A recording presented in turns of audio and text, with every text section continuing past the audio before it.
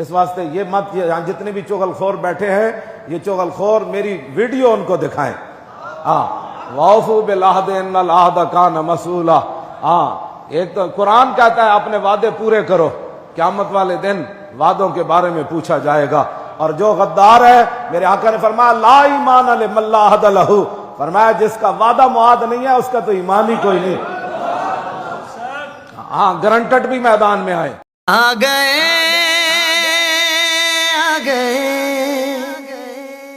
لبیک والے آ گئے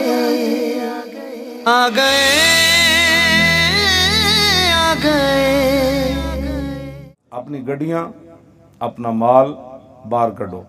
یہ نہیں کہ انہیں منڈے نے کھڑا کر دیتا تسی انہوں نے ڈیرے دے جا کے کہو جناب آج کی پکیا جناب، اے پکن تو باہر نکلو. بڑی مہربانی تہاڈی. انہاں منڈے کے اتنے پیسے کوئی نہیں کہ تہاڈی جناب بریانیاں پوریاں کرن تے پھر موٹر سائیکل جا کے کھڑی کیتی میں تیل پوانا. ساری زندگی تیرا موٹر سائیکل بغیر بندے تو اپنے تیل پواندے رہے. اسلام دی واری آئی تیرا تیل مک گیا.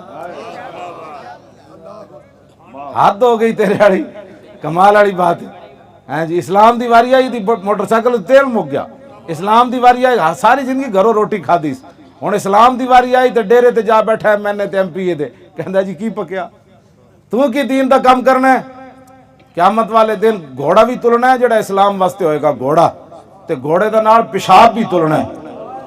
تے تسی اسلام واسطے گڈی کڈی تے گڈی نہیں تلنی تے پیٹرول نہیں تلنا ہوتا جناب.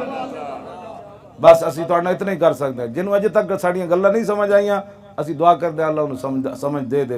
جنہیں نہیں سمجھنا ہوئے تو کہے گا جی مولوی صاحب لگے ہوئے سر لیاؤ مال کتوں کھانا ہے.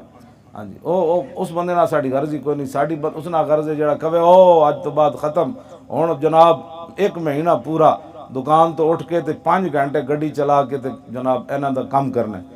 تے اس دن میں جناب فلانے محلے فلانی یوسی سارے بندے ڈھو کے میں اپنی گڈی تے لے جانے.